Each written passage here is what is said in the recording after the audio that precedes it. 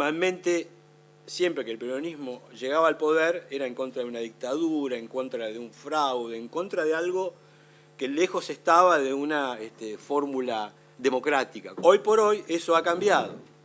Las formas de dominación colonial, por lo menos en los países con cierto desarrollo, toman otra forma, que es lo que vamos a ver a continuación para poder entender esto. Esto es el esquema de la justicia social, que está formado de tres partes: elevar la cultura social, dignificar el trabajo y humanizar el capital. Esta es la verdadera estructura de la bandera de la justicia social, que es el eje fundamental del aspecto doctrinario. Y para poder entender el primer ítem, elevar la cultura social, tenemos que ver de qué forma hoy los imperios dominan. Yo les traje, porque esto es un hecho de carácter mundial, esta forma de dominación, que es a través de los manejos de la opinión. No la padecemos solamente nosotros, también los países desarrollados la padecen de otra forma, pero la padecen. Entonces yo les traje un pedacito de un grupo que viene a ser como la izquierda norteamericana, que denuncia este sistema de dominación en un país desarrollado, de cómo la manipulación se transforma en una herramienta política, para después trasladarlo obviamente a nuestra realidad, que, digamos, por lo menos ellos disfrutan de los bienes materiales. En nuestro caso, cuando nos traslada la misma forma, la misma herramienta de dominación, digamos, encima de nosotros no tenemos nada para ganar, digamos, ¿no? Todo pérdida, pero bueno. Schicksal des Kommunismus und der sich mit ihm verbrüdernden anderen Organisationen ändert dies nichts. Our enemy is a radical network of terrorists and every government that supports them. It's time to wake up. The people in power go out of their way to make sure that you are perpetually misled and manipulated. The majority's perception of reality, especially in the political arena, is not their own. It is shrewdly imposed upon them without them even knowing it. For example, the public at large actually believes the invasion of Iraq is going badly, as sectarian violence doesn't seem to stop. What the public fails to see is that the destabilization of Iraq is exactly what the people behind the government want.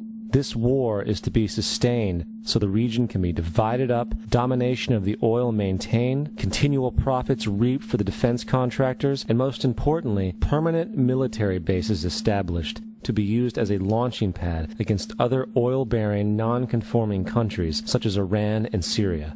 For further implication that the civil war and destabilization is purely intentional, in 2005, 2 elite British SAS officers were arrested by Iraqi police after being caught driving around in their car shooting at civilians while dressed up as Arabs. After being arrested and taken to a jail in Basra, the British Army immediately requested the release of these men. When the Basra government refused, British tanks came in and physically broke out the men from the Basra prison. If you wish to destroy an area, how do you do it? Well, there are 2 ways. You can go in there and bomb it and so forth, but that is not very efficient. What you do is you try to get the people in that area to kill each other and to destroy their own territory, their own farms. And that's what's been done in that area. The way in which you destroy an opponent is get him to destroy himself by dividing his ranks against one another. Then you feed both sides. You have agents feeding both sides, inflaming both sides. And they kill each other off. And it's time that some of us woke up to this reality, to understand that people who try to maintain empires and create empires do it by manipulating the people they're trying to conquer. You might want to ask yourself why the entire culture is utterly saturated with mass media entertainment from all sides, while the educational system in America continues its stupefying downward slide since the U.S. government decided to take over and subsidize the public school system. What your government pays for, it gets. When we understand that, then we look at government-financed institutions of education and see the kind of students and the kind of education that's being turned out by these government-financed schools. logic will tell you that if what is being turned out in those schools was not in accord with what the state and the federal government wanted, then it would change it. The bottom line is that the government is getting what they have ordered. They do not want your children to be educated. They do not want you to think too much. That is why our country and our world has become so proliferated with entertainments, mass media, television shows, amusement parks, drugs, alcohol, and every kind of entertainment to keep the human mind entertained, so that you don't get in the way of important people by doing too much thinking. You had better wake up and understand that there are people who are guiding your life and you don't even know it. We're in a lot of trouble because you people and 62 million other Americans are listening to me right now, because less than 3% of you people read books, because less than 15% of you read newspapers, because the only truth you know is what you get over this tube. Right now, there is an entire generation that never knew anything that didn't come out of this tube. This tube is the gospel, the ultimate revelation. This tube can make or break presidents, popes, prime ministers. This tube is the most awesome goddamn force in the whole godless world. And woe is us if it ever falls into the hands of the wrong people. And when the largest company in the world controls the most awesome goddamn propaganda force in the whole godless world, who knows what shit will be peddled for truth on this network. So you listen to me. Listen to me. Television is not the truth. Television is a goddamn amusement park. Television is a circus, a carnival, a traveling troupe of acrobats, storytellers, dancers, singers, jugglers, sideshow freaks, lion tamers, and football players. We're in the boredom-killing business. But you people sit there day after day, night after night, all ages, colors, creeds. We're all you know. You're beginning to believe the illusions we're spinning here. You're beginning to think that the tube is reality and that your own lives are unreal. You do whatever the tube tells you. You dress like the tube. You eat like the tube. You raise your children like the tube. You even think like the tube. This is mass madness, you maniacs. In God's name, you people are the real thing. We are the illusion. The last thing the men behind the curtain want is a conscious, informed public capable of critical thinking, which is why a continually fraudulent zeitgeist is output via religion, the mass media, and the educational system. They seek to keep you in a distracted, naive bubble, and they are doing a damn good job of it. En este documental, la teoría de ellos es que en función de esta manipulación de la opinión, por ejemplo, Estados Unidos entró en la guerra con engaños. En la Primera Guerra, la Segunda Guerra, y ahora, con el tema de las Torres Gemelas, también lo denuncian como una manipulación, un invento para una nueva guerra. Ahora, lo que nos interesa, a mí me interesa asociar esta realidad con este tema que Perón planteaba, de elevar la cultura social. ¿Qué significa esto?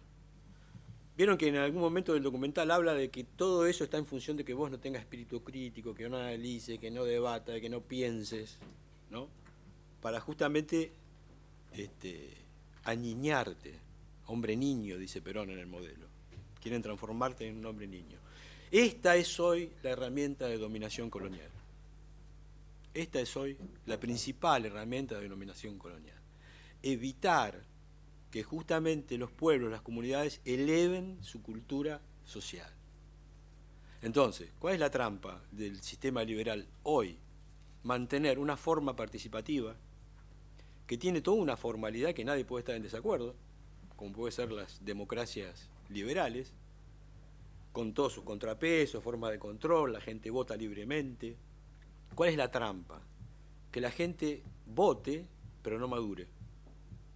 Que una comunidad tenga la libertad de votar, pero no madurar en términos de su cultura social. Y ahora vamos a ver qué significa esto de la cultura social de un pueblo, que es lo que plantea el peronismo como eje fundamental de su principal bandera, que es la justicia social.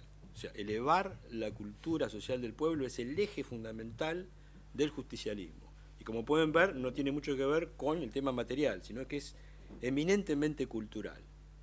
Digo esto porque inclusive hay grupos que hablan de una cuarta bandera, ¿no?, del peronismo, y ponen la lucha cultural como una cuarta bandera, cuando en realidad no hace falta.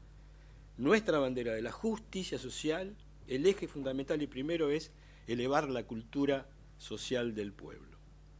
Después vamos a hablar un poquito de las otras dos, que es humanizar el capital y dignificar el trabajo. Humanizar el capital también es importante, porque está asociado al tema económico y de la independencia económica, pero vamos a ver un poquito más adelante.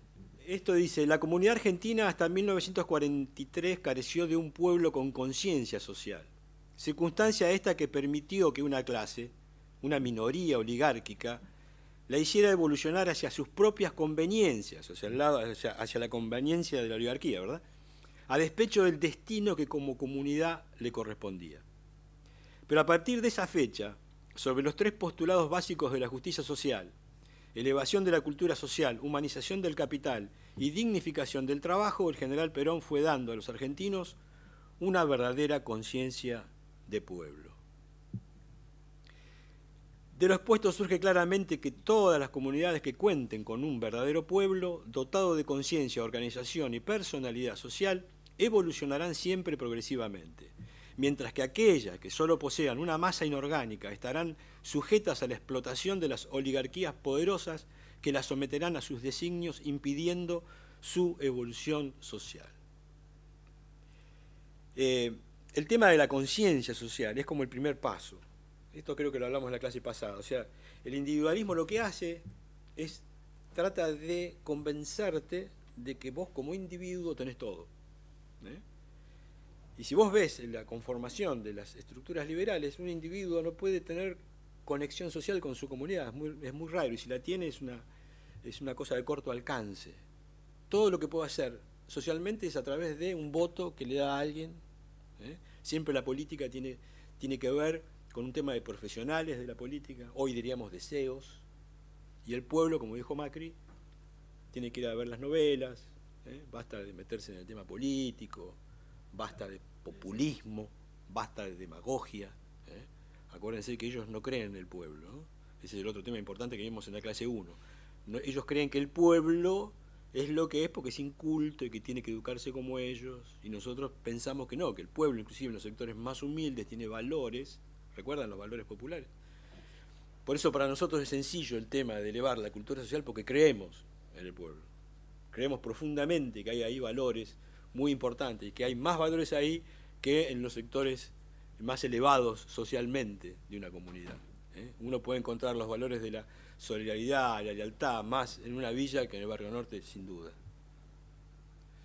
Convencidos teniendo esa convicción, es fácil lanzarse a organizar el pueblo para que eleve su cultura social. ¿Qué es elevar la cultura social de un pueblo? Permitirle un vínculo con su comunidad. Que no sea él solo, sino que sea él en una acción solidaria con su comunidad. Espíritu crítico, hablaba el documental. ¿Qué es tener un espíritu crítico? Poder debatir algo, poder crear algo. Todo ese tipo de cosas que se logra cuando uno se larga a una acción política con su comunidad. Perón hablaba del hombre niño. Este párrafo es del modelo. En primer lugar, la desaprensiva o interesada utilización de los medios de comunicación masivos como eficaces factores del vasallaje cultural. Me parece evidente que la indebida utilización de tales mecanismos de difusión cultural enferman espiritualmente al hombre, haciéndolo víctima de una patología compleja que va mucho más allá de la dolencia física o psíquica. Este uso vicioso de los medios de comunicación masivos implica instrumentar la imagen del placer para excitar el ansia de tener. Así, la técnica de difusión absorbe todos los sentidos del hombre a través de una mecánica de penetración y la consecuente mecánica repetitiva que diluyen su capacidad crítica. En la medida en que los valores se vierten hacia lo sensorial, el hombre deja de madurar y se cristaliza en lo que podemos llamar un hombre niño, que nunca colma su apetencia, vive atiborrado de falsas expectativas que lo conducen a la frustración, al inconformismo y la agresividad insensata. Pierde progresivamente su autenticidad porque oscurece o anula su capacidad creativa para convertirse en pasivo fetichista del consumo, en agente y destinatario de una subcultura de valores triviales y verdades aparentes. ¿Esto de qué año es? Esta descripción final es el mundo que nos quieren imponer hoy, ahora mismo, ¿no? Actual. Es esto. Totalmente. Es muy transparente la forma. Lo vienen imponiendo. Y lo vienen a rajatabla. Ahora vamos a ver esto que, bueno, los compañeros que están en el libro, en el tercer capítulo de el libro de sociología peronista. Ustedes saben que el tema de la sociología, digamos, así como la filosofía es un poco el ordenamiento de los conceptos morales y éticos que empujan una revolución, la sociología es una ciencia que va a la construcción concreta de lo que esa intencionalidad va desarrollando, ¿no? Entonces, el peronismo tiene una intencionalidad ideológica, doctrinaria, y genera sobre su comunidad una serie de estructuras que es lo que estudia la sociología, estudia lo concreto, lo que se va construyendo. Ahí en el capítulo 3 van a encontrarse con esto, que es la evolución social hacia la comunidad organizada. Si yo elijo un camino contrario a esto, tenemos el camino del individuo compartimentado, que propone el liberalismo, que vos hagas política siempre a través de alguien y que te quedes en tu casa a cambiar el plasma y a ver a Tinel, y ellos se encargan de todo, para que no crezcas, para que no madures, para que después por medios que nosotros no hemos visto este problema, tenemos los nuestros, o sea, lo que han hecho, digamos, en la campaña para que asumiera Macri a través de los medios de comunicación, es un ejemplo claro de la manipulación sobre una comunidad como la nuestra, que ha padecido después de la muerte del general Perón, terribles ataques que nos han llevado a una especie de involución, yo no digo que prácticamente a lo que fue el año 43, pero ha sido un golpe muy duro, ¿no? Toda la etapa de la dictadura militar y después las etapas de las democracias coloniales, no porque hayamos querido, sino que fue el camino. Todas las democracias de Alfonsín, de Menem, hasta que, bueno, como digo yo, la bola en la ruleta cayó en un patriota y tuvimos la suerte de impulsar un cambio a esa circunstancia, pero que bueno, que necesitamos profundizar. Bueno, la evolución social hacia la comunidad organizada. Lo primero, como decíamos, es despertar la conciencia social de las personas. Es decir, mira, vos podés, te están manipulando. Muchas veces me dicen los compañeros, ¿cómo sería hoy? ¿Cómo salimos a adoctrinar? Y lo primero tenés que despertarlo. Decir, mira, sos un muñeco, no te das cuenta, te están manipulando.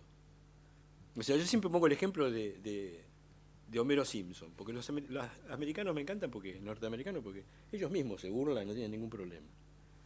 Homero Simpson es exactamente el hombre que quiere el sistema liberal. Es un hombre bueno, pero infantil. Es un bobote. A mí me encanta Homero, es muy simpático, pero es un bobo. Sobre ese hombre niño, ellos tienen la posición. Jodido también. Por supuesto. Porque dentro de su inocencia es carne de cañón. Asesino. Claro. Sí, porque está implícito también en el personaje.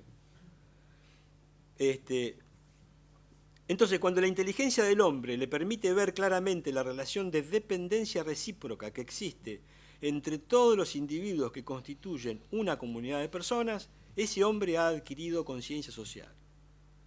Esta es la primera convicción. Somos parte de un todo. Individualmente no somos nada. La única forma que nosotros podemos, como seres humanos, lo digo, ¿no? Ni siquiera como un tema político. Una persona es humana cuando tiene una relación de algo con su comunidad. O sea, este tema de que yo soy a partir de otro es un tema que es involutivo. No existe eso. El siguiente paso en esta evolución es la solidaridad social. El desarrollo en una comunidad solamente de una conciencia social no es suficiente, porque como ya vimos, ella es únicamente respeto legal de la justicia. Y si no hay amor a la justicia social y amor a los hombres que trabajan al lado de uno, ya no es justicia social. La conciencia social es comprensión y radica fundamentalmente en la inteligencia. La solidaridad social, en cambio, radica precisamente en el corazón de los hombres y en el sentimiento colectivo de los pueblos. Es decir, despertar la conciencia social es que vos te apioles de cómo es la situación. Ahora, que vos seas solidario es un paso más. Solamente vas a ser solidario cuando te nace a vos esa necesidad de brindarte a tu comunidad en algún aspecto. Y esto es importante, porque a partir de ahí viene la organización. Solamente se va a organizar políticamente aquella persona que haya descubierto, primero, el tema de su conciencia social y haya dado el siguiente paso, ser solidario. Y esto va a ser muy importante porque vamos a ver cómo la solidaridad social es el motor de cualquier organización. Y cuando falta la solidaridad social, esa organización no solamente se detiene, sino que toma una funcionalidad contraria inclusive a lo que quiere. Eso lo vamos a ver un poquito más adelante. Si la conciencia social es acción dirigida a la comprensión e inteligencia de los hombres, un hombre con conciencia social comprenderá que no está aislado dentro de la comunidad y que sus actos no le conciernen a él exclusivamente, sino también a todos los demás que forman parte de la misma comunidad.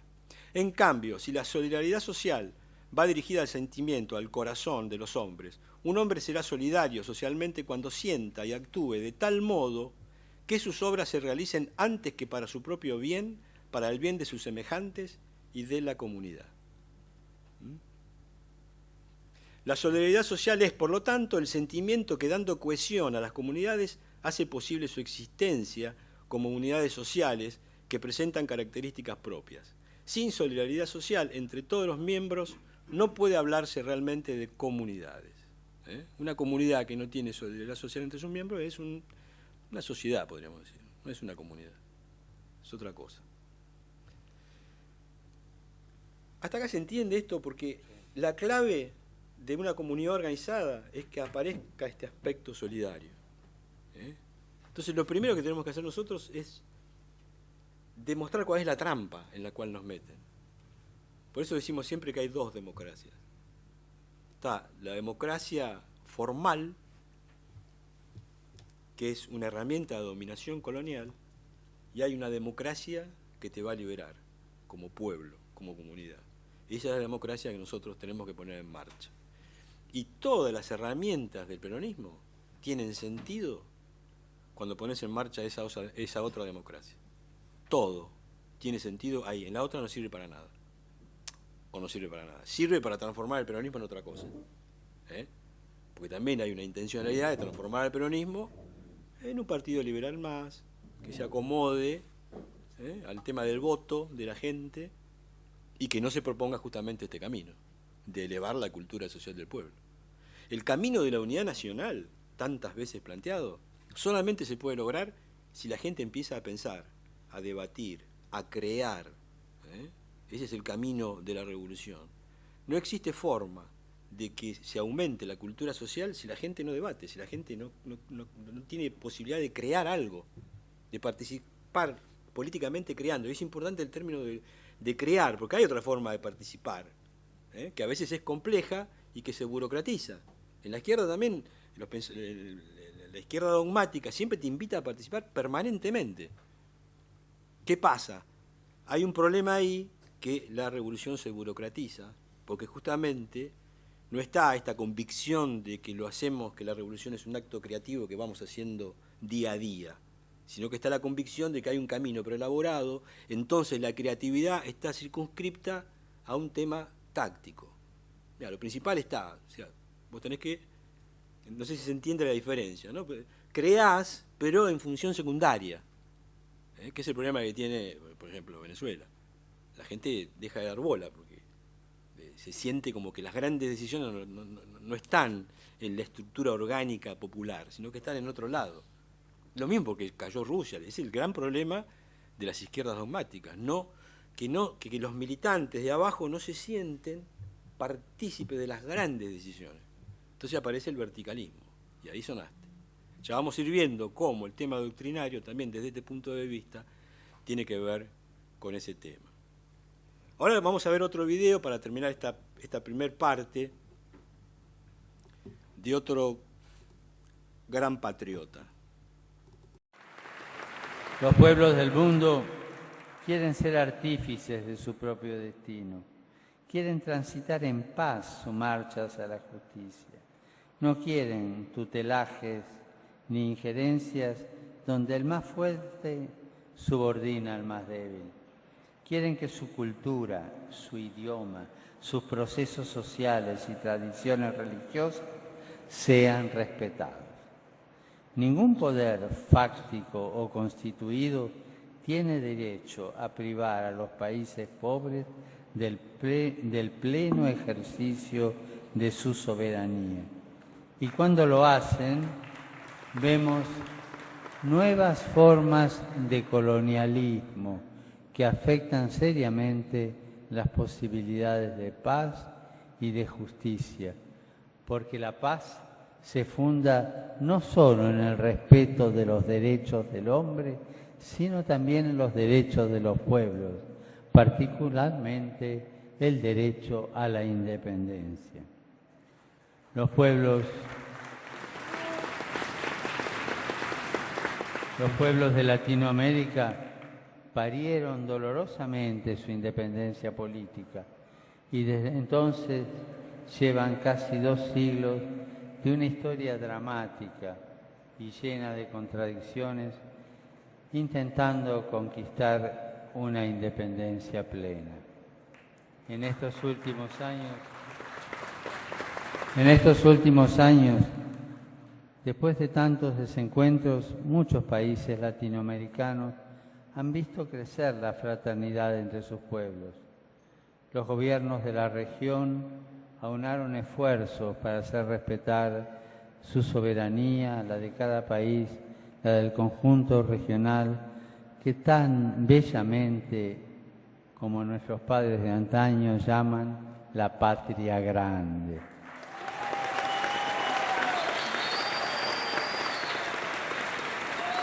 Le pido a ustedes, hermanos y hermanas de los movimientos populares, que cuiden y acrecienten esta unidad.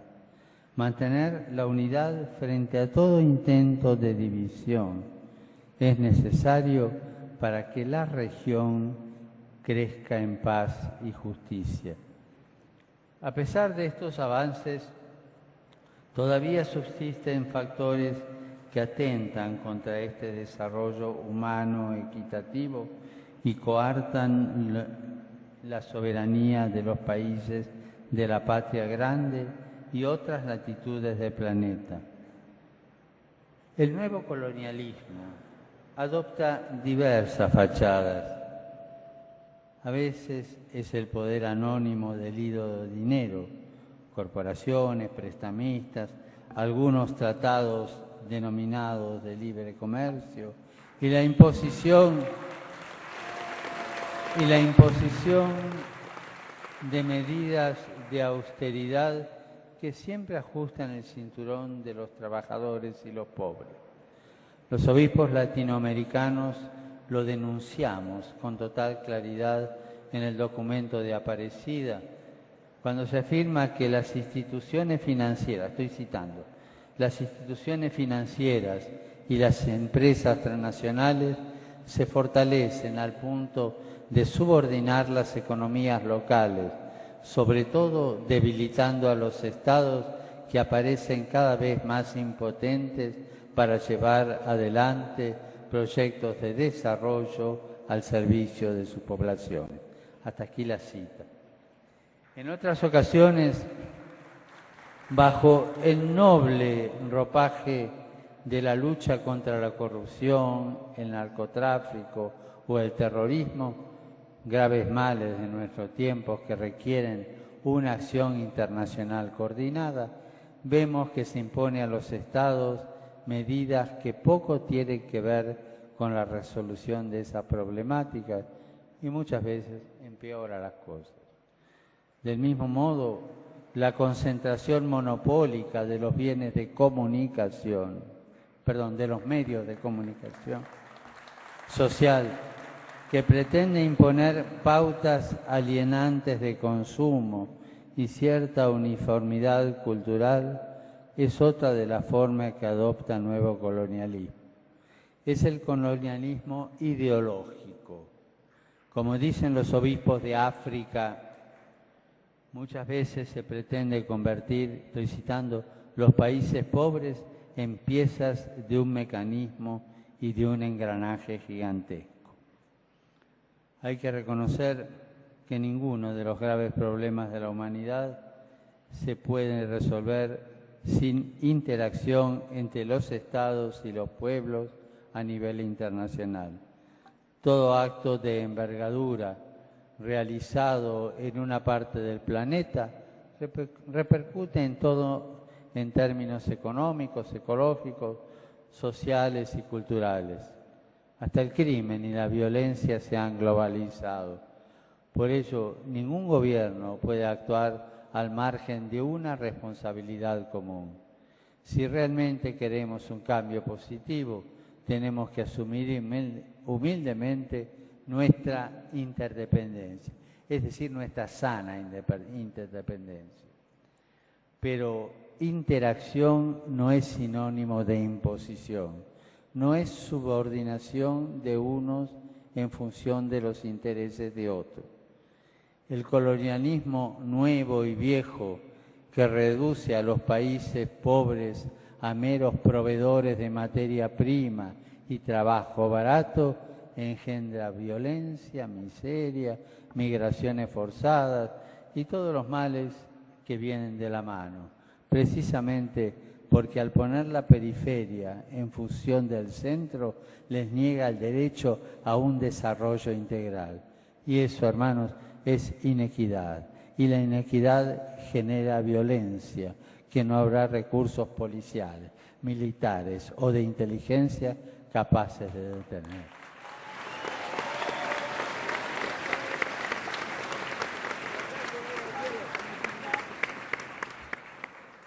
Digamos no, entonces, a las viejas y nuevas formas de colonialismo. Digamos sí al encuentro entre pueblos y culturas, felices los que trabajan por la paz. Hasta acá llegamos a la idea de qué es lo que queremos hacer. El peronismo entonces es un instrumento que tiende a elevar la cultura social del país.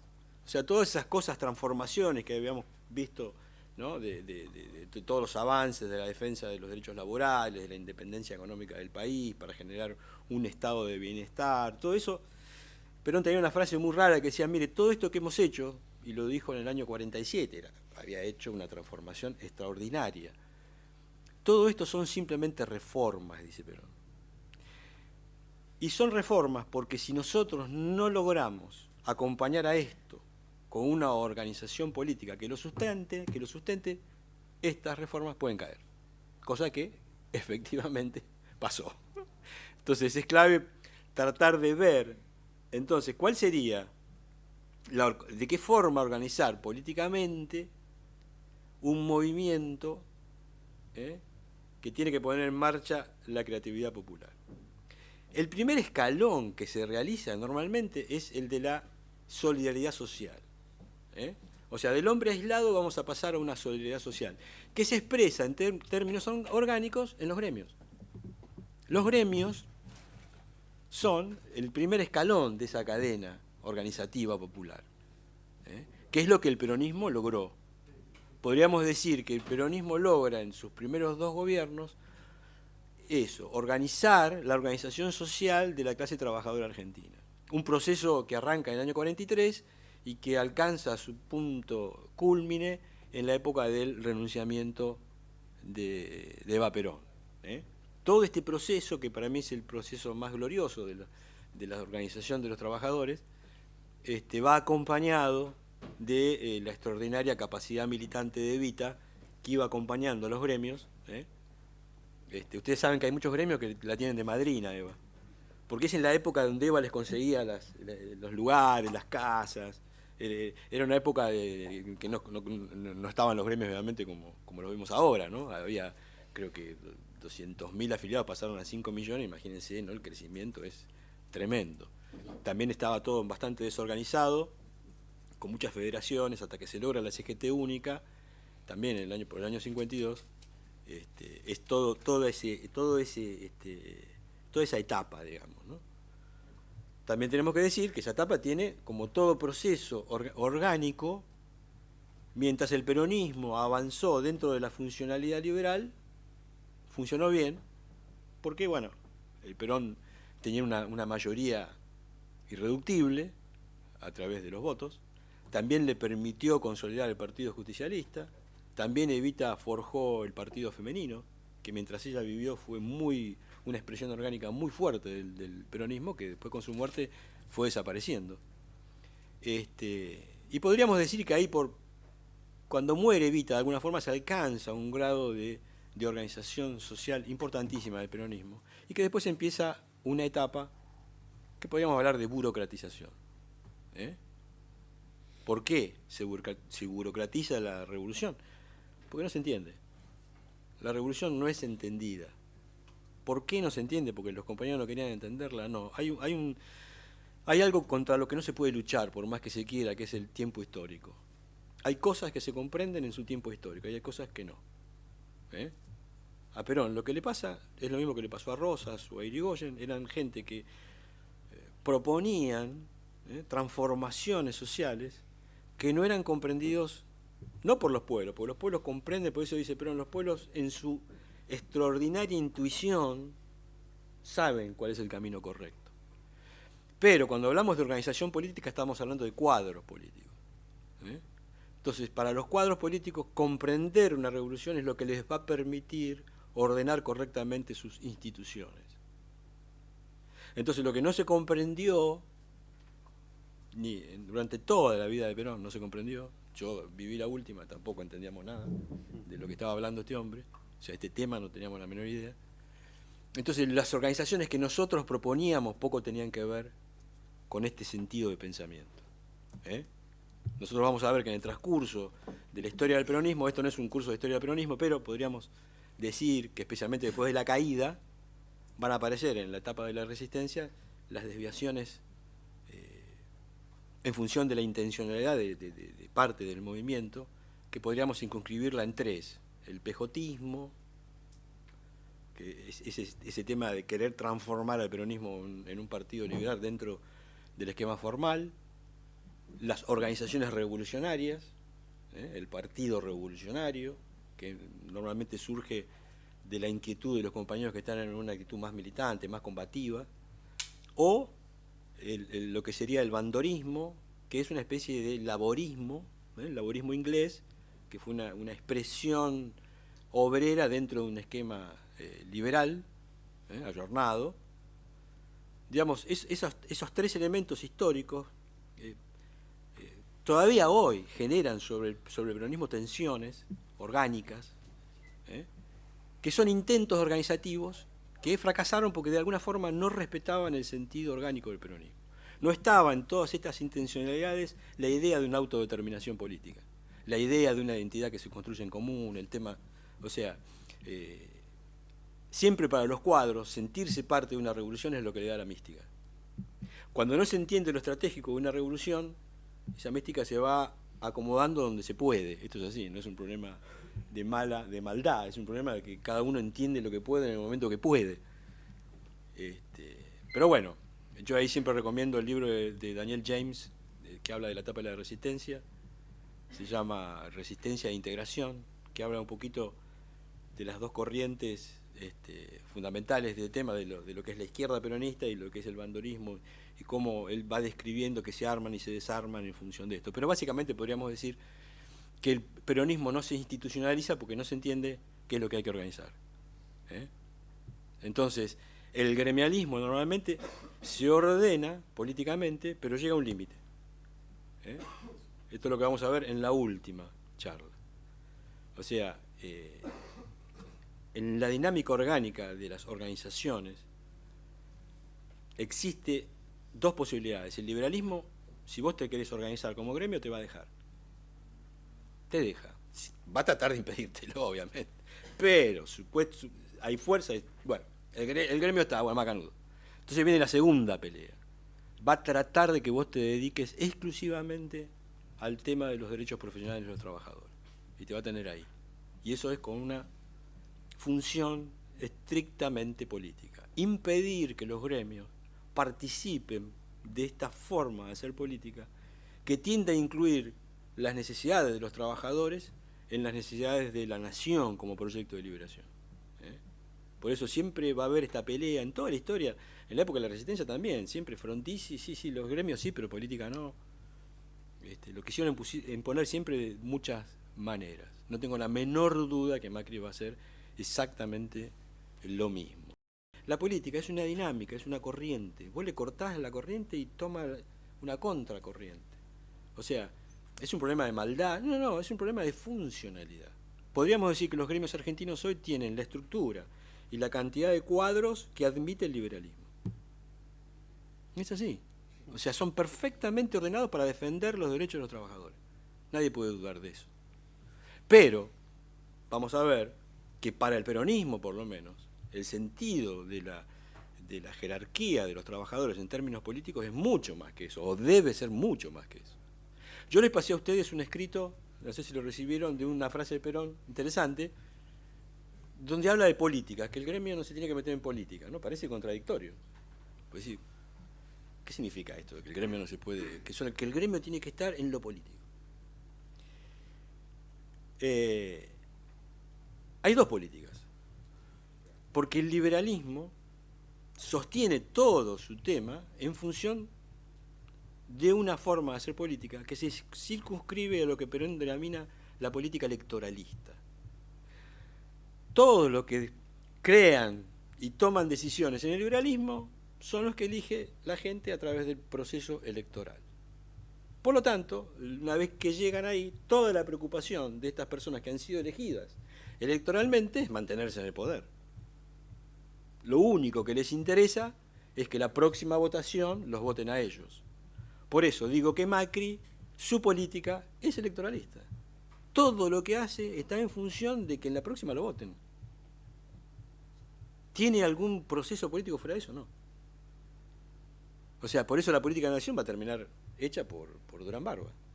O sea, a él no le importa, en función de este esquema de cash flow y, viste, todo para él son numeritos, mandar a la muerte a miles de argentinos, como está haciendo ahora, especialmente en los sectores de mayor pobreza, porque él piensa que los va a recuperar, ¿no? Que va a lograr dominar la economía dentro de 2 años y en función de ahí va a recuperar el voto, que seguramente va a perder ahora. Es un cálculo que manda a la muerte a generaciones de argentinos.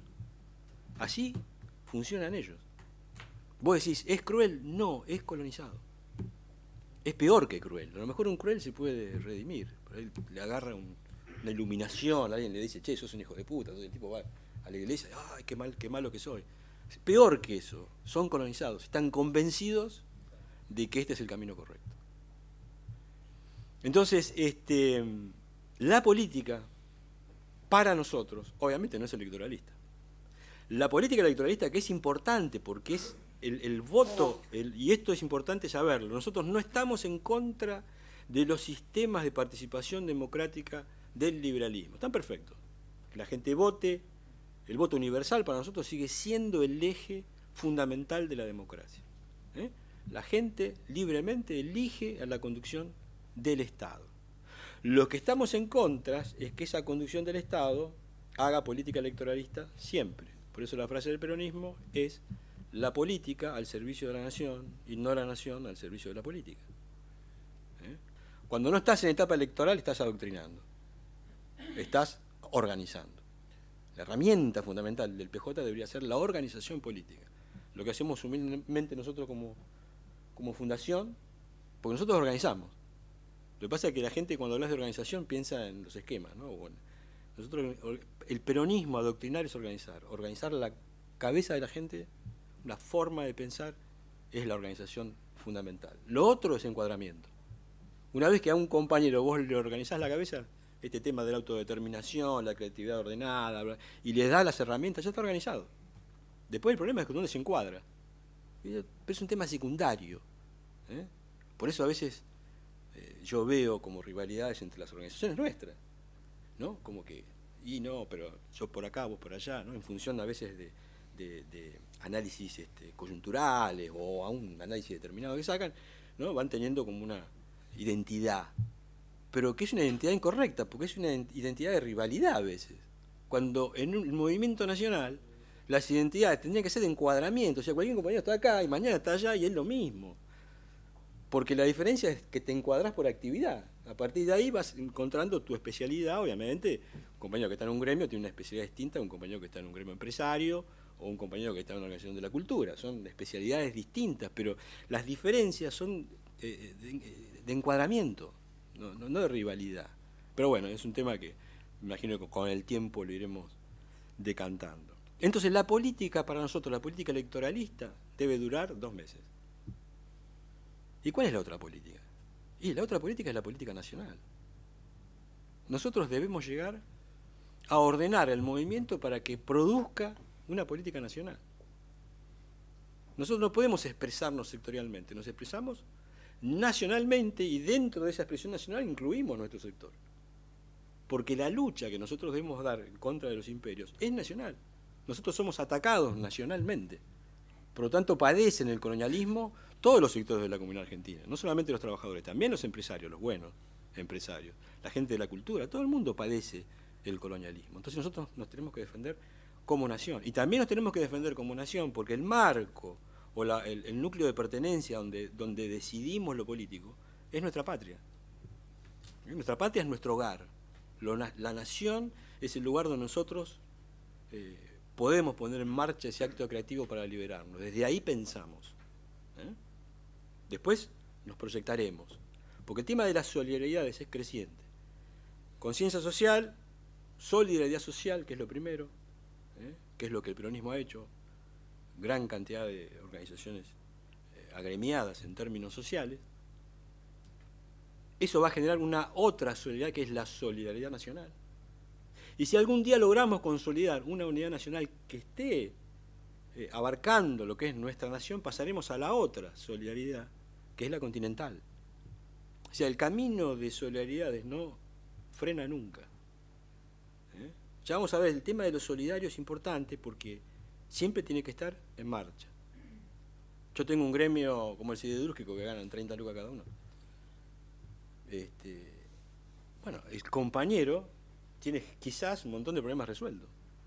Y él es peronista, pero en realidad su gremio tiene que ser solidario, no con los de él, sino con el resto de los trabajadores del país. ¿Y de qué forma un gremio que está en una actividad concreta puede tener vínculo para resolver un tema de otro compañero que la está pasando mal, o que por ahí ni siquiera tiene trabajo? A través de una política nacional. Por eso el próximo escalón es la solidaridad nacional. Y esa es la política a la cual nosotros aspiramos, una política nacional. Entonces, esa frase de Perón se refiere a que el gremialismo no tiene que hacer política electoralista. Esa no. O digamos, es así cuando llegue el momento. Pero institucionalmente los gremios tienen que participar de la elaboración de la política nacional. Esa es la que vale. Pregunta, ¿existe un lugar hoy donde se pueda elaborar una política nacional? No. Por eso en la última clase vamos a ver cómo Perón intentó poner en marcha este último escalón, cuáles fueron desde el Estado sus iniciativas que no prosperaron. El libro Conducción Política, yo siempre digo que algunos compañeros me decían, pero conducción política te sirve para todo, para un maxiquiosco, organizar cualquier cosa, todo. Y yo le digo, pero eso no es una crítica, eso es una virtud. Está muy bien que sea así, porque en realidad conducción política son todas herramientas que no te van a preelaborar ningún camino. Porque si no sería como contradecirse. Eso es lo raro de la conducción política. Uno empieza a leer, pues sí, ¿y esto cómo? ¿Dónde lo meto? ¿No? Porque es difícil de comprender. Pero una vez que lo tomás como una herramienta de un ordenamiento, de un movimiento autodeterminante, ahí todo empieza a tener sentido. Siempre el peronismo tiene este tipo de cosa de difícil comprensión, que es una dinámica permanente, que es el mundo que viene. El mundo que viene no va a ser un mundo sencillo. Perón siempre habla que hay que acostumbrarse a conducir en el caos o en el desorden, porque también el pensamiento del positivismo a alguien como Marx se le podía llegar a ocurrir, en el mundo que Marx vivía, dar hacer una síntesis, ¿no?, de la problemática humana e intentar una solución. Ese mundo que veía Marx hoy ya no existe más. Hoy estamos inmersos en una revolución cultural donde las complejidades sociopolíticas, las complejidades culturales y el aceleramiento de los procesos políticos hacen que cualquier tipo de preelaboración de esta situación sea imposible. Hoy, por más que haya una persona con 3 cabezas como la de Marx, podría hacer un proceso de síntesis. Un poco lo que se plantea hoy, el mundo de hoy, es como que, bueno, tengamos un buen barco y naveguemos en un mar que nadie sabe, porque esa es la situación mundial, es de una complejidad muy grave y muy acelerada. Por eso es tan importante el tema de elevar la cultura social, porque hay dos formas de organizar esto. Lo organizamos los pueblos a favor de lo solidario, o lo organiza el mundo corporativo detrás del interés, el lucro. Digamos, el interés, el lucro son herramientas poderosísimas de ordenamiento. Ellos tienen perfectamente ordenado su forma de pensar, sus cuadros ideológicos, hay academias, centros de información donde todos los días están gente formándose. No es que esté todo un caos, ¿no? Lo que no les alcanza es lo ético. Bueno, quedó demostrado en la última explosión que hubo de la crisis financiera estadounidense o del mundo desarrollado, que se empieza a podrir la cosa. Porque cuando vos tenés una crisis donde el que roba no es un tipo sueldo, sino que está involucrado en el robo y en la estafa, instituciones de características internacionales muy importantes, y no una, sino varias, te das cuenta que la estructura esa tiene un síndrome de corrupción que tiene que ver con lo ético, ¿no? O sea, esto de que pasó con las Pram-Tam y todo ese tema, del estallido financiero que hubo en Estados Unidos, estuvieron involucrados toda la institución bancaria y financiera del mundo desarrollado. Pero involucrados, digo, como delito, ¿no? Eran delincuentes que estafaban a la gente. No fue un loco que estafó a la gente, fue institucionalmente la cosa. Bueno, vamos a repasar rápidamente cosas que ya vimos, pero para entrar en el tema de la conducción. Identidad peronista. Cuando uno organiza, lo primero que tiene que crear es la doctrina común, manera común de ver las cosas, un modo especial de apreciarlas y un modo similar de resolverlas. Esto que vimos ya varias veces. El punto de partida de toda organización consiste en organizar a los hombres espiritualmente, que todos los hombres comiencen a pensar y a sentir de una manera similar, para asegurar una unidad concepción que es el origen de la unidad de acción. Reunir hombres sin haberlos previamente animado con una doctrina que les dé objetivos comunes y aspiraciones similares, más que organizar, es desorganizar. Bueno, acá esto es una estructura de lo que sería la pirámide famosa de un dirigente, punteros y masa, porque en la época antes que aparezca, digamos, los medios de comunicación masivos, la única forma que tenía un dirigente de conectarse con un barrio o con la gente era a través de un puntero. El puntero era importante porque era el tipo que le transmitía al dirigente lo que la gente pensaba. Era como un ente de comunicación, ¿no? Sigue siéndolo. Lo que pasa es que en la época de Perón, ahí hay como un quiebre. Todos los punteros liberales siguieron como siempre y Perón agarró la radio y les hizo un desastre. Porque él tenía cosas para decirle al pueblo, los otros no. Para los otros era un tema, un voto nada más. Bueno, esto es lo que estuvimos viendo recién, política electoralística y política nacional. Una cosa es la política electoralista como medio para llegar al poder e imponer desde allí una orientación que es propia de una fracción del pueblo argentino, y otra es la política nacional, que el país no puede dejar de seguir si quiere ser un pueblo libre, soberano y grande. La política nacional es la que nosotros debemos aspirar a realizar.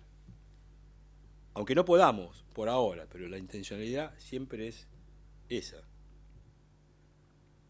Para nosotros la elección es solamente un acto intermedio. El acto final es la obra, es el trabajo, es el sacrificio que debemos realizar los peronistas con la más alta dosis de abnegación. El liberalismo individualista no concibe la existencia de un pensamiento o una doctrina nacional, es decir, querida por el pueblo y ejecutada por el gobierno. La doctrina de la nación para los individualistas consiste precisamente en no tener doctrina, en prescindir de toda definición con respecto a los objetivos y los intereses de la nacionalidad. O sea, ¿alguien sabe qué doctrina es la de Macri? No existe. O sea, es una mezcla. Es una mezcla de Hoyo devaluado con Isidorito Cañones, qué sé yo, ¿no? ¿Cuál sería la diferencia entre una estructura para nosotros, los peronistas, por ejemplo? Vemos que más o menos es parecida. Está el conductor, los cuadros auxiliares, término de conducción política, y la masa, ¿no? Está acá más o menos parecido. Y acá aparece esto. La diferencia es que en una estructura orgánica de que plantea el peronismo, no es una cosa estática, sino que todos aprendemos, en conjunto. El que conduce y el que está encuadrado. Y la masa empieza un proceso de búsqueda de una identidad en común, que es un proceso de elaboración, de debate permanente. La doctrina te da la unidad, digamos, conceptual, pero después la acción es la construcción de una política nacional, que es lo que te va a representar. Ahí participa el gobierno, o debería participar el gobierno, el Estado y todo el movimiento. Pero todo en conjunto es una dinámica, se mueve, entonces todos aprendemos. ¿Qué es institucionalizar un movimiento? Multiplicar los dirigentes. O sea, tener 10 Perón, 10 Néstor, eso es institucionalizar un movimiento. Si nosotros pudiéramos multiplicar la orgánica del movimiento nacional, porque el tema de que surjan dirigentes, tiene que surgir una orgánica que permita que esos dirigentes decidan, creen, participen, debatan, lo que sea. En política solamente se puede crecer en función de ir construyendo cosas. Entonces la idea del crecimiento del peronismo es una dinámica que abarca a todos, desde el primer compañero hasta el último. Y el último tiene la ventaja de que no se va a burocratizar porque sabe lo que piensa el conductor. Yo sé, cuando viene un dirigente como Néstor o como Cristina y hace una acción de gobierno, yo me siento identificado rápidamente. ¿Por qué? Eso no es magia. No es porque Cristina es una genia, no, es que porque Cristina es peronista. Entonces, cuando ella actúa políticamente, lo hace en función de la misma unidad conceptual que yo tengo. Lo que pasa es que ella es la mejor, entonces tiene que estar ahí arriba. Y yo hago lo mío. Pero cuando yo hago lo mío, no estoy aislado. Porque el compañero que está arriba mío mira la realidad de la misma forma que la miro yo. Entonces yo estoy en un barrio repartiendo un volante y sé que en el Ministerio de Economía, no ahora, estaba Axel peleando con los buitres. Y yo me sentía al lado de Axel. Y no estaba al lado de Axel, ni sabía que estaba haciendo Axel. ¿Qué sé yo qué está haciendo Axel? Pero como es peronista y ve la realidad de la misma forma que yo la veo, yo me siento con él, así como él se siente conmigo. Por eso lo doctrinario es tan importante, para que esa filosofía de conducción, y ahí aparece el tema de la conducción. Hay alguien que conduce, pero todos estamos determinados, inclusive el que está adelante, está determinado por el resto. Por eso conducción es un rebaño, el rebaño va junto, o sea, no va separado. No es un tipo que está allá lejos y vos te dirijo, ¿viste? No, avanzamos en común. Eso es lo que define al peronismo en su filosofía de organización política, una filosofía de conducción política, de conducción nacional, para evitar la burocratización. Es el nuevo concepto de autoridad, que un poco lo tocamos la vez pasada. Entonces, ahí aparece abajo lo que se genera, ¿no? Ese movimiento hace que crezcamos. Entonces la masa se va convirtiendo en pueblo, el movimiento va creciendo. Y todos crecemos, dirigentes, todo en conjunto va adquiriendo una dinámica evolutiva, institucional. Esto es lo otro que apareció el otro día, el tema de las teorías, que es importante. ¿El peronismo tiene una teoría?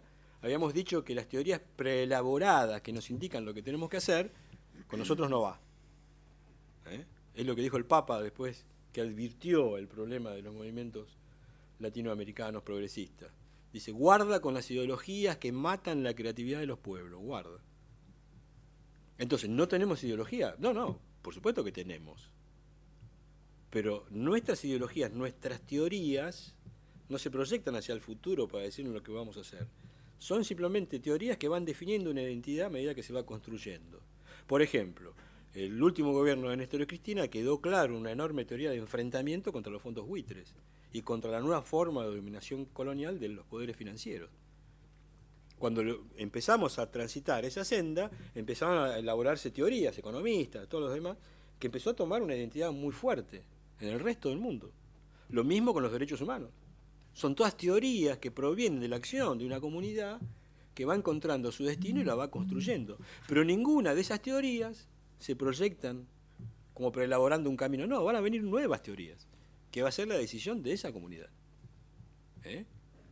Por eso es tan importante el tema de lo doctrinario, porque nuestra fe como militante proviene de la asunción de que esa doctrina nos va a permitir el desarrollo de las teorías anticolonialistas.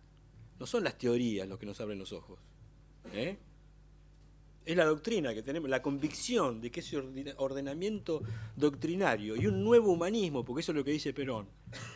Perón plantea en la comunidad organizada que estamos ante la aparición de un nuevo renacimiento del hombre, donde el hombre va a comprender nuevamente sus potencialidades y va a lanzarse a una nueva etapa. Esta etapa de la autodeterminación, de un hombre nuevo, tiene que ver con una fe en sí mismo.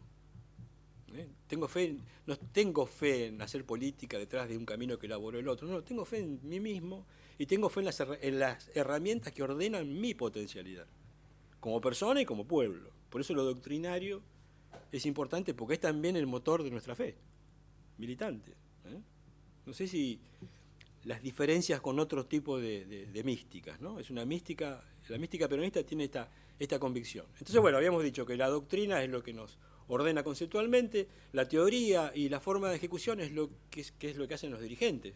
Es un tema de dirigentes que interpretan lo que se puede hacer, elaboran la teoría y la ejecutan.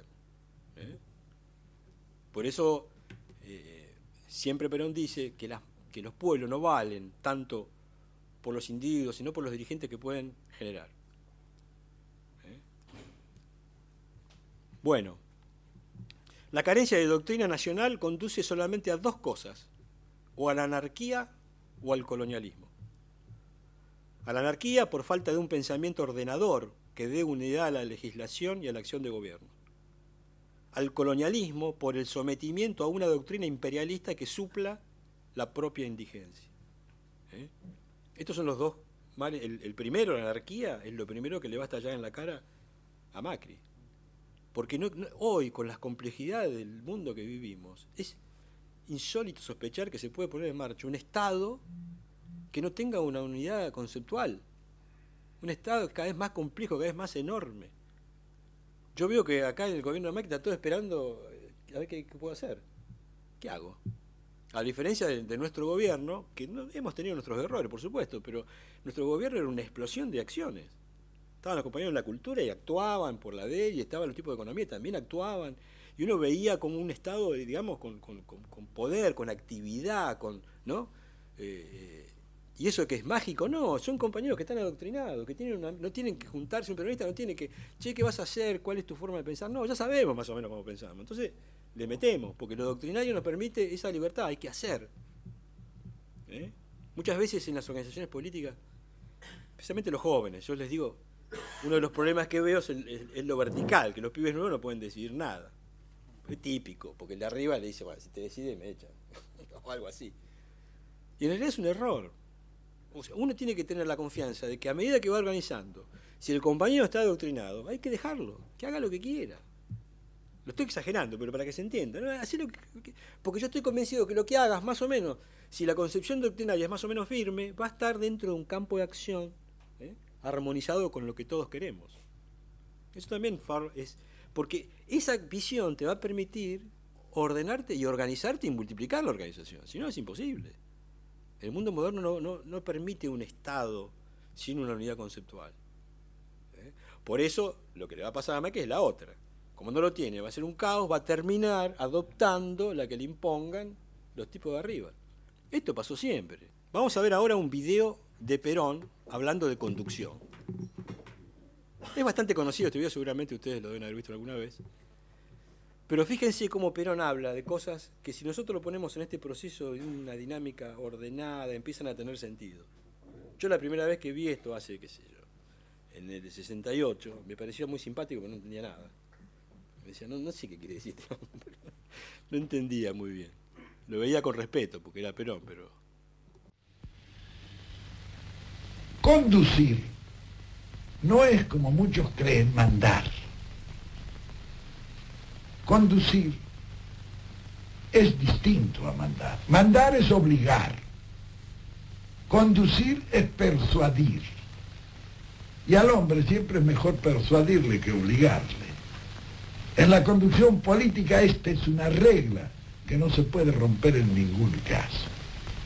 De la economía de fuerzas, la sorpresa, la continuidad del esfuerzo, en fin, un sinnúmero de principios que se realizan todos sobre un núcleo central, que es el principio de la economía de fuerza, que dice que no se debe ser fuerte en todas partes para vencer políticamente. Es suficiente ser más fuerte en el momento y en el lugar donde se produce la decisión.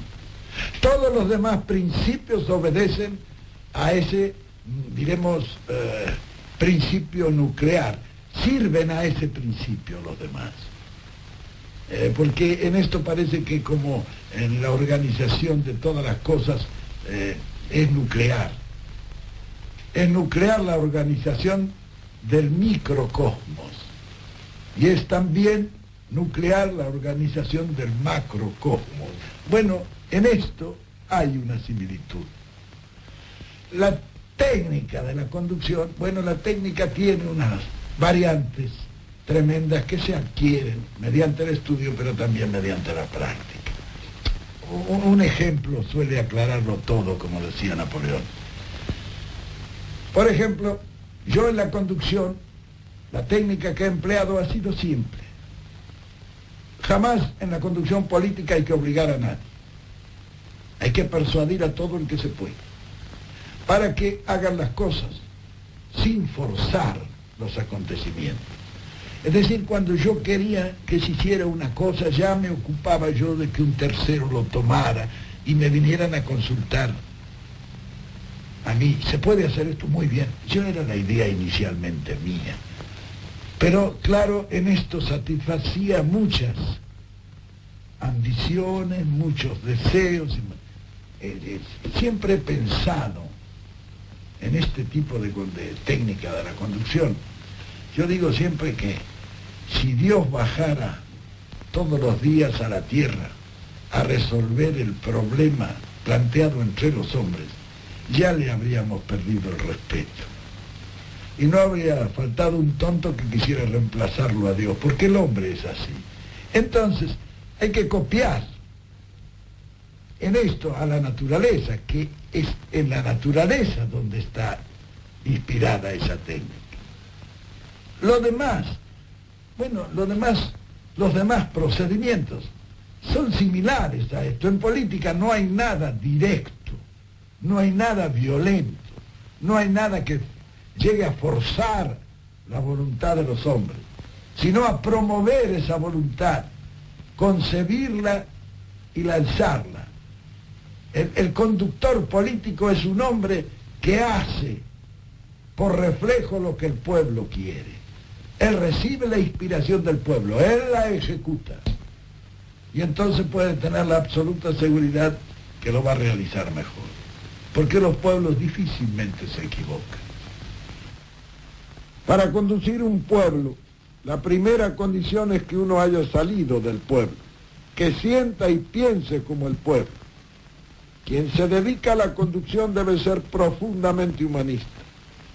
El conductor siempre trabaja para los demás, jamás para él. Hay que vivir junto a la masa, sentir sus reacciones, y entonces recién se podrá unir lo teórico a lo real, lo ideal a lo empírico. Y en la conducción política tiene un sinnúmero de características originales que llevan a comprenderla. La política no se aprende. La política se comprende. Y solamente comprendiéndola es como es posible realizarla racionalmente. Decía el mariscal de Sajonia que él tenía una mula que lo había acompañado en más de 10 campañas. Pero decía también, la pobre mula no sabe todavía nada de estrategia. Lo peor es que él pensaba que muchos de los generales que también lo habían acompañado sabían lo mismo que la mula. Con la política pasa más o menos lo mismo. Hay hombres que toda su vida han hecho la política, pero nunca la han comprendido. Y otros que sin haberla hecho, la han comprendido. El éxito será siempre para este que la haya comprendido, no para el otro que pretendió aprenderla.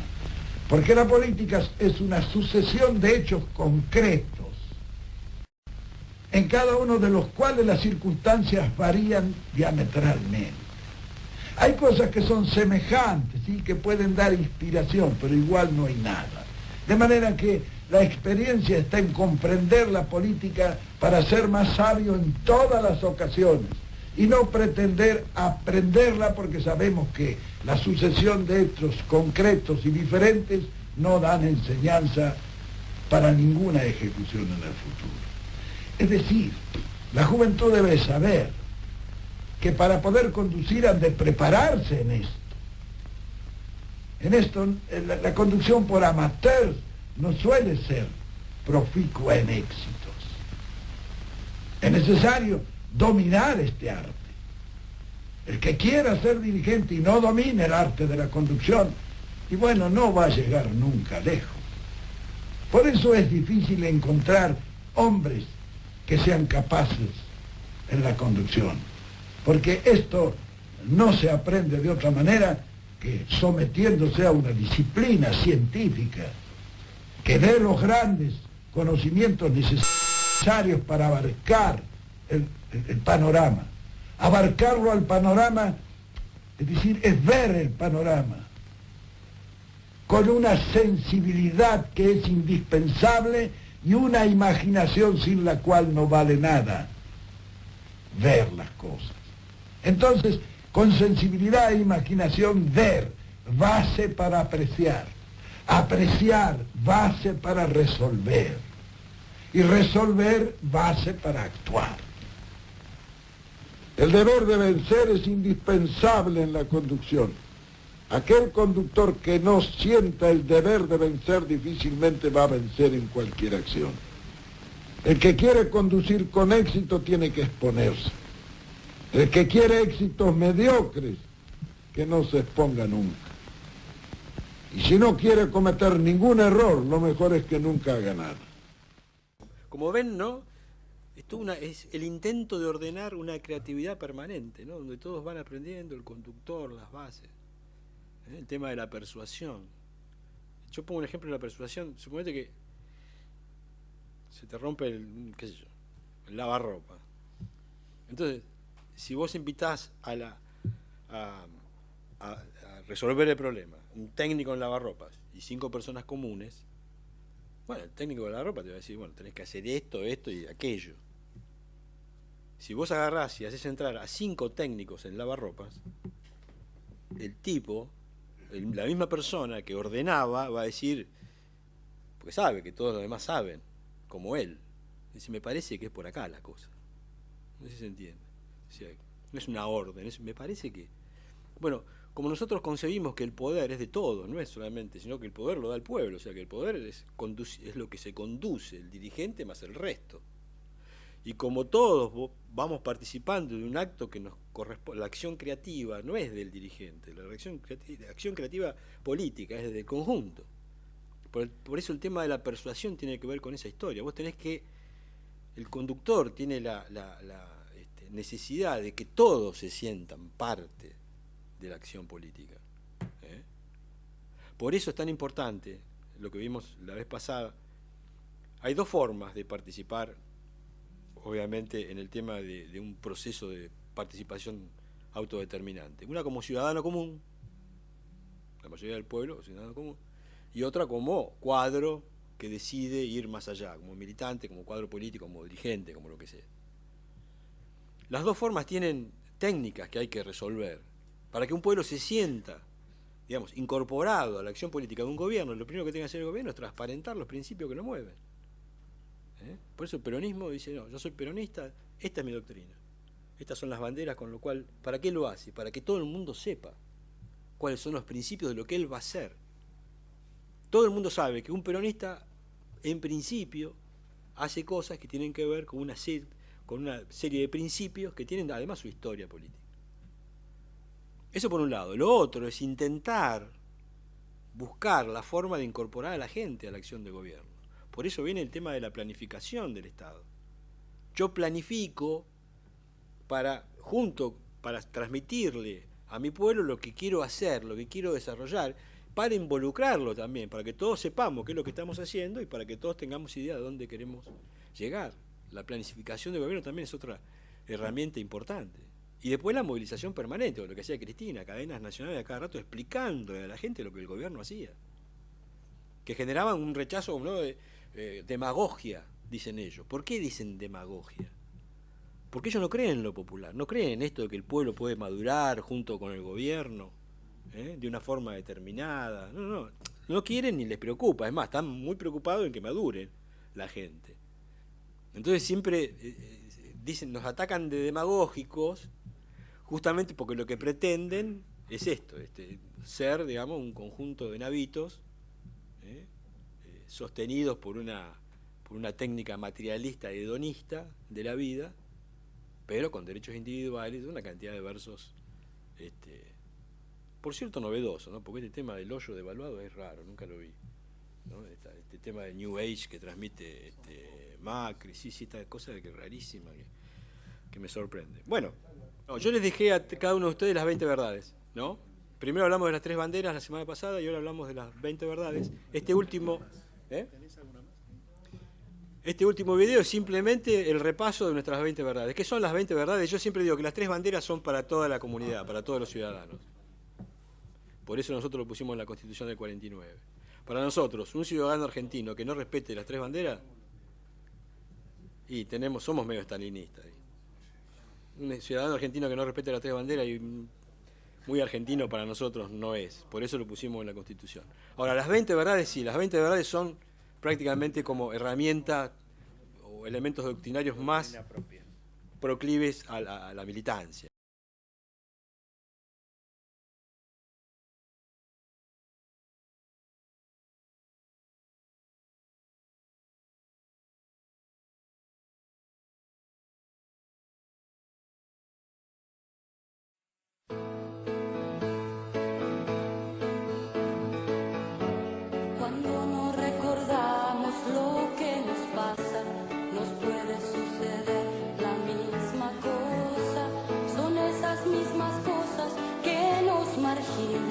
Nos matan la memoria, nos queman las ideas, nos quitan las palabras.